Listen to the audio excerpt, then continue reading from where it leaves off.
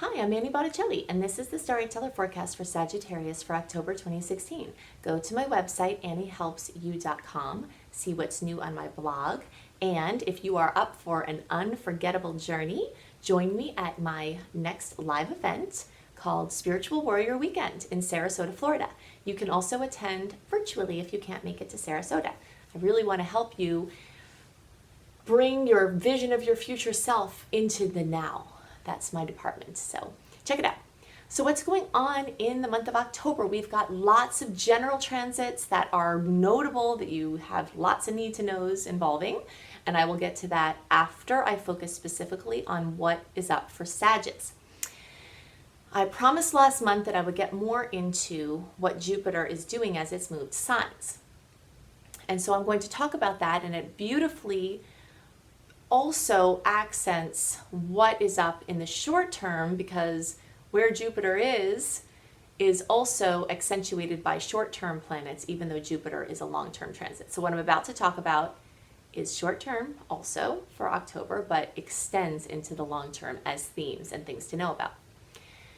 So I'm calling this month 40 Wishes. Before I get to Jupiter, I want to talk about the sun moving through your 11th house. That's one of these short-term transits that I was just talking about. There is an amazing book called New Moon Astrology by Jan Spiller. It's one of my all-time favorite astrology books. In it, she talks about the granddaddy power period. Now, don't ask me why or how this happened and how she figured this out. But I have experimented with this heartily, and I am a huge believer based on my own experiments. She says that when the sun moves through your 11th house, you get 40 wishes. That's more wishes than you get on your birthday. It's a crazy amount of wishes. Now, to see the exact dates of when the date starts and when the date ends, you probably need to have an astrologer look at the chart, but you know in this general time period, that this is going on for you, and you can do your wishes anyway, even without having that knowledge. So the sun represents what you want, and the 11th house represents big dreams. So when the sun moves through the house of big dreams, it accentuates and gives you this portal that's open for your big dreams. So do your 40 wishes. You can also see more about this if you look at my video that says, Making Wishes Come True Using Astrological Power Periods. If you just search for Making Wishes Come True on my channel, or Annie Botticelli Making Wishes Come True, then you can see more details about this. But I wanted you to be aware that it's going on. And this brings us into this long-term theme with Jupiter being there, because Jupiter is far more powerful than the energy of the sun in the chart, even though, of course, the sun is the center of the universe for us. The energy of Jupiter is bigger in a long-term transit than the sun. And if you get 40 wishes from the sun being there, imagine the energy you have from Jupiter being there for a full year. Early degree placements, so November born Sagittarius or 0 to 9 degrees, you have already been feeling what I'm about to describe. And it's going to get stronger, and it's going to last for about a year. Middle degree to late degree placements, so basically December born Sagittarius or 10 to 29 degrees, if you're watching for your rising sign, you have this coming. Middle degree placements, you'll start to feel it if you're sensitive. Sometimes you feel Jupiter transits like 3 months before they actually activate. So this is coming for you. And then the later degree placements, it's going to be into next year that this is fully activated. But remember, you have the short-term focus on what I'm about to describe, so it's still relevant for you this month as well. Okay. So when you have Jupiter in the 11th house, it's like you hit the networking jackpot. Friends, acquaintances, people referred to you. It's a veritable networking gold mine situation. Now, to fully activate this, it's a time to be out being seen and seeing other people, whether that's online or whether that's in person. The more people you're connecting with, the more chance you have for Jupiter's blessings to come in through these people to facilitate your big dreams. This is also a wonderful time to work with teams or groups or large organizations. Maybe you want to lead groups. This is a really good time to move into a group focus or doing something with a team or seeing yourself as a member of a team, a functioning member of a team. Also, this is the energy of your tribe. And you know your tribe members when you meet them. They speak the same language. They understand what you're talking about. They're having the experiences or have had the experiences you're having.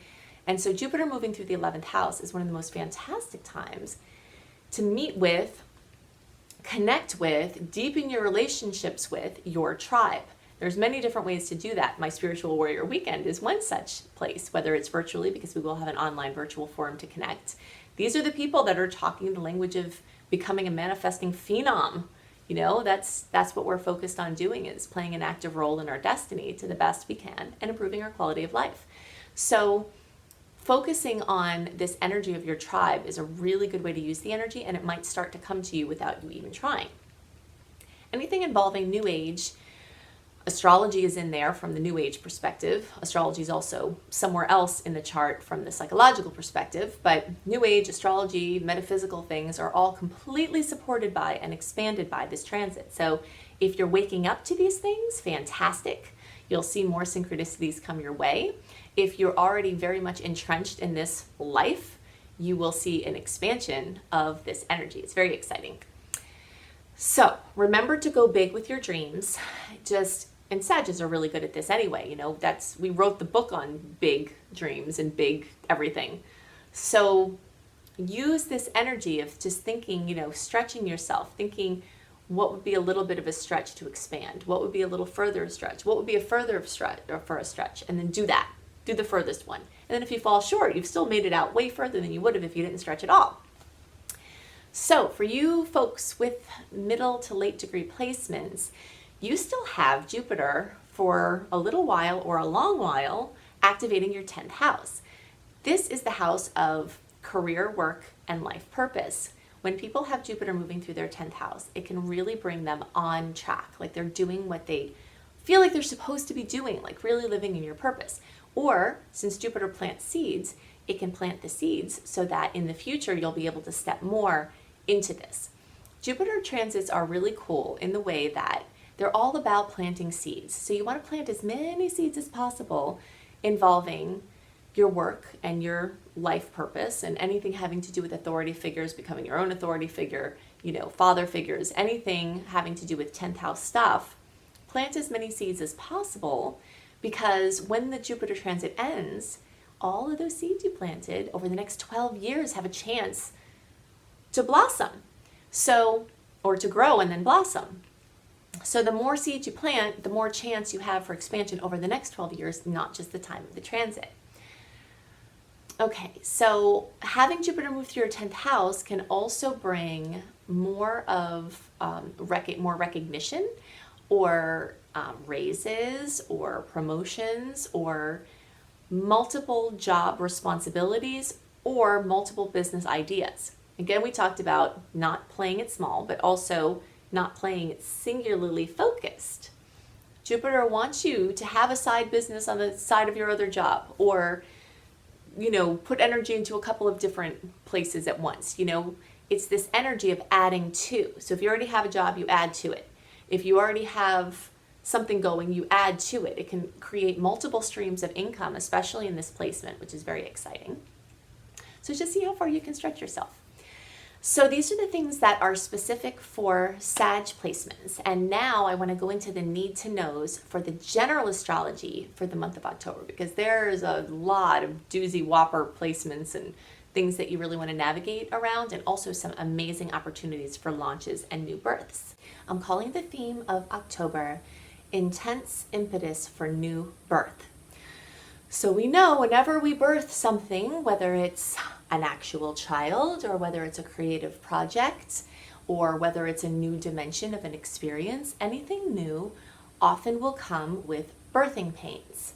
And this month is full of opportunities to have birthing pains, or also described as the pressure that it either takes to step into a new experience, or the pressure it takes to birth something into the tangible dimension, into the this reality, the third dimension. So There are awesome opportunities for launches, for new things coming in. And actually, this is the first month in all of 2016, starting on October 7th and running through around December 2nd, the first few days in December, that we don't have a personal planet retrograde or a shadow interfering with a launch. There have been a couple of other launch phases that I've recommended this year, but neither of those two main phases were completely clear of retrogrades. But we do have to have some time before this time now in October where we were doing some things, launching new things. But this is the period of time now that it's wide open from the perspective of the personal planets being clear of retrograde. So this month is just like such a mixed bag because it has some beautiful aspects, actually even starting at the end of September. September 26th is the first one, I'll go into that. And straight through the end of the month, October 30th is my favorite day of the month for birthing, which I'll get more into that as well. But in between all of those openings for pushing things forth, moving things along, there is a lot of pressure and opposition, challenges. Sometimes it's the challenge, the opposite, that the thing opposing us that actually creates the intense impetus to do something different. And so we get comfortable in our lives and in circumstances, and sometimes it's easier to just let things be than it is to rock the boat in a way that you would have to be able to create a new life, to birth a project, to birth a new dimension of reality. So this month, it seems like it's completely astrologically designed to bring that pressure that's necessary for the new birth. So if you have brought something out at the end of September, or if you're preparing to launch something, just know you might have a little bit of touch and go before the energy is more clear. The energy gets more clear in November, or actually starting October 30th. So I'll give you some good dates that I really like for launching things.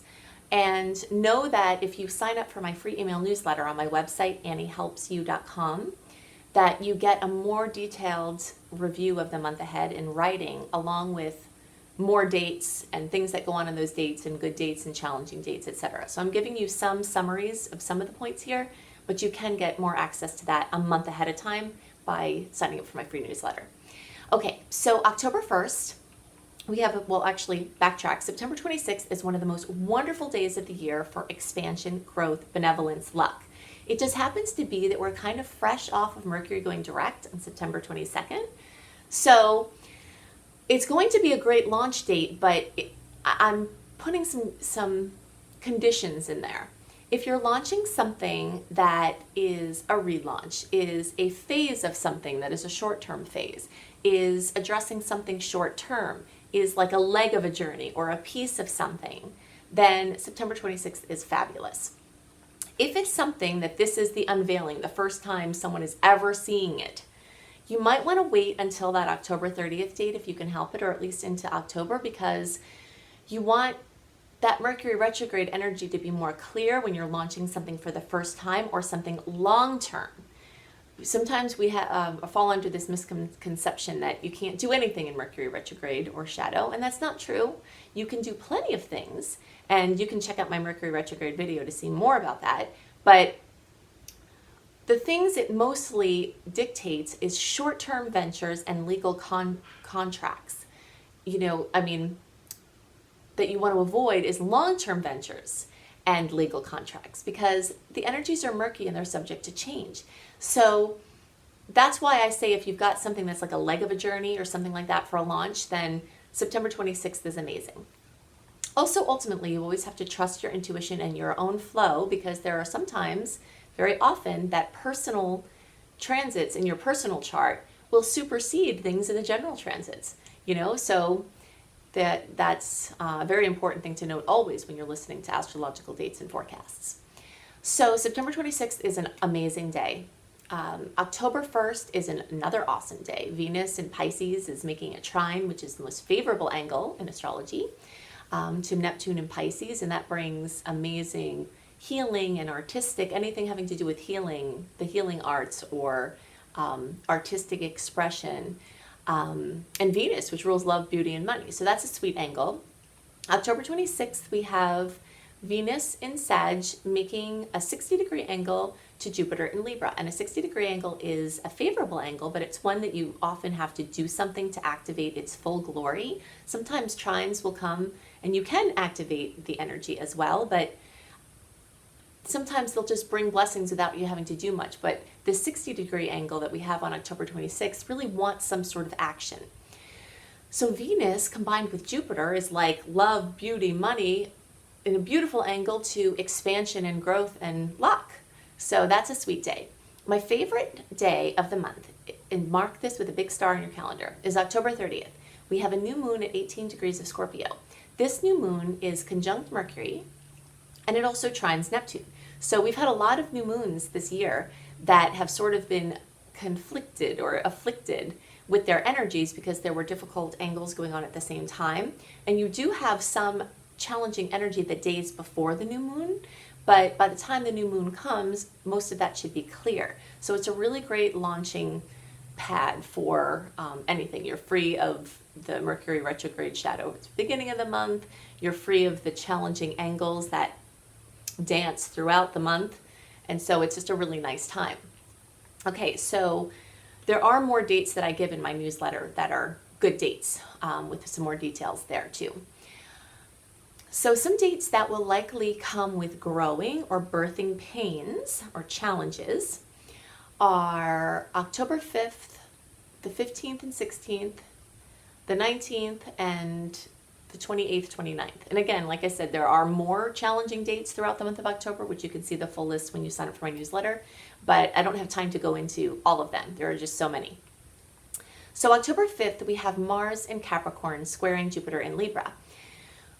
When these planets come together in this angle, it can often lead to overpromising or having overpromised something and not being able to deliver it, or some sort of overextension of action or will. It could also manifest as obstacles in the way of you trying to do something. Mars is action, and when Jupiter is making a difficult angle, it's like you don't have the great expander on your side. It's being antagonistic. So you'll see some things come up there. October 15th and 16th, it's just like a powerhouse of challenge. I think that challenge can be a very, very, very positive thing. So the way I frame challenges, especially if you are being accountable for your own happiness, if you are taking responsibility for the quality of your experience, we can't control the things that will happen always, right? Very often it's completely out of our control, certain destined events. However, we can control the quality of our experience.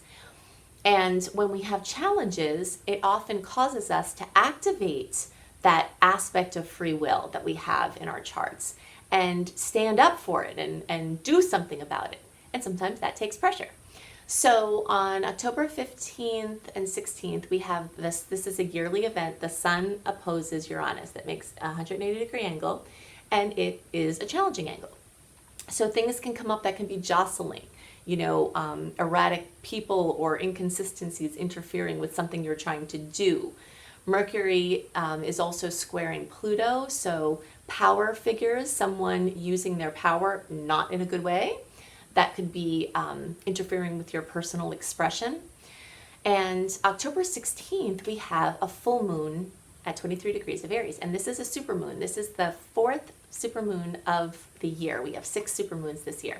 A supermoon is when the moon is closer to the earth, and you can see it because the moon actually looks bigger. You ever look in the sky and say, whoa, the moon looks huge. It's like right there. That's a supermoon. And we're more affected by everything that the moon affects when there's a supermoon. The gravitational pull on the earth and its inhabitants are increased dramatically when the moon comes closer, especially when it comes into its fullness. So anything that would happen on a full moon will likely be magnified. So that could be lots of emotions, not only negative emotions, there could also be positive emotions. I've had many full moons where I was just brimming with joy, overflowing emotions that we're happy. So we're not going to assume that every full moon has to bring some negative drama, although it tends to, because I always use the example of a dog when it gets wet. I love dogs. And when they get wet, they shake, shake, shake, shake, right? And if water represents emotion here, and it does in general, it's like at the full moon, we shake, shake, shake off the excess emotions that we don't process or deal with throughout the month. So this supermoon is in Aries, and one possible challenging aspect of this could bring a health impetus to focus on your health. So could that come through crisis? Yes, maybe, some sort of incident with your health or symptoms or something that maybe they were in the backdrop and then they just got up right in your face. Something like that. Something having to do with yourself, your self-esteem. A very positive aspect that could manifest with a full moon in Aries is amazing recognition and being thrown out into the limelight with it being all about you. Something coming to fruition, something coming to manifestation involving you and what you're doing and what your image is. And, so many people will be cast out in the limelight in this supermoon time. It's really important to note that these transits, even though I give you the dates of them, we can often feel them days before. And the bigger transits, we can feel them weeks or months before sometimes. But the transits that are present this month, you could feel them within days before or within days afterwards. I tend to feel things early. So most of the time when there's a challenging transit, before it comes, it's all right in front of me. And then by the time it actually comes, it's past already. The tension is past, kind of like when you're, when a race car driver is going around a track. And when it gets to the point, if you've ever done like go-karts or anything, then you're like excited to go forward, and then you have to slow down because there's that turn and it's awkward, and then you can zoom for the straight track. So that's similar, I liken it to that. So there's a lot of antagonistic energy at this time, but there's also a lot of chance for fruition, and there's a lot of pressure that's building that can facilitate your birthing of new things. The next transit that can be challenging is Mars and Pluto conjunct in Capricorn, and this occurs on October 19th. So when you have Mars, the god of war, and Pluto, the god of the underworld that rules birth, death, transformation, rebirth, atomic energy, get together, all of those traits will likely be magnified. Now, people can use that for good. People can have their ambitions soar during this transit and get thrown into a position, again, of recognition. There's a theme of this. But there could also be negative energy that brews to the point of verbal or even physical violence. People will be on edge, and angers and tensions may run high. So just be really careful around this time. Don't push anything, if there's a situation that could be sketchy, and just breathe.